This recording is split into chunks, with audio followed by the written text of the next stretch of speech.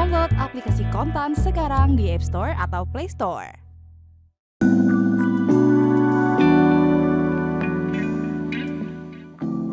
Negosiasi tarif perdagangan antara pemerintah Indonesia dengan Amerika Serikat, AS, masih berlangsung.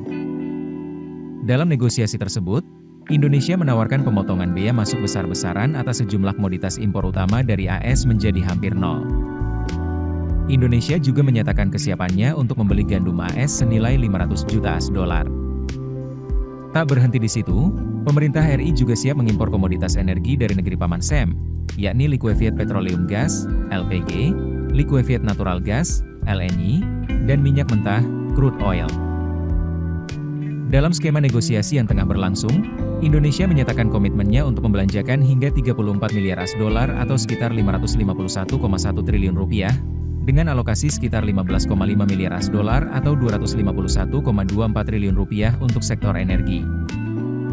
Indonesia juga telah menawarkan kepada Amerika Serikat peluang untuk berinvestasi dalam proyek-proyek mineral penting, termasuk sumber daya tembaga, nikel, dan bauksit. Langkah ini merupakan bagian dari strategi diplomatik untuk menurunkan tarif resiprokal sebesar 32% yang diberlakukan oleh pemerintahan Presiden AS Donald Trump. Menko Perekonomian Airlangga Hartarto, yang merupakan negosiator utama Indonesia, juga mengonfirmasi bahwa maskapai Garuda Indonesia akan membeli lebih banyak pesawat Boeing sebagai bagian dari fakta perdagangan senilai 34 miliar $, dengan mitra AS yang akan ditandatangani minggu depan. Garuda Bahan dikabarkan tengah berdiskusi dengan Boeing AS untuk membeli hingga 75 unit pesawat. Indonesia mencatat surplus perdagangan barang sebesar 17,9 miliar $, dengan AS pada tahun 2024 dan menghadapi ancaman tarif 32% di pasar AS. Airlangga mengatakan, pemerintah Indonesia telah menawarkan untuk memangkas tarif ekspor utama Amerika, termasuk produk pertanian, hingga mendekati nol dari yang sekarang berkisar antara 0% dan 5%. Ketua Asosiasi Penggilingan Tepung Terigu Indonesia, Franciscus Welirang, mengatakan anggotanya akan membeli total 2 juta ton gandum dari AS melalui tender dengan harga yang kompetitif.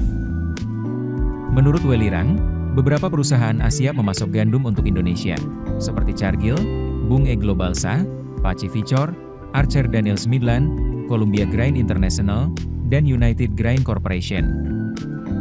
Susi Wijono Moegiarso, Sekretaris Kementerian Koordinator Bidang Perekonomian Indonesia mengatakan, sebagai kompensasi atas tawaran itu, pihaknya telah meminta AS untuk menurunkan tarif serendah-rendahnya terhadap komoditas RI yang masuk pasar Amerika, termasuk barang elektronik, tekstil, dan alas kaki.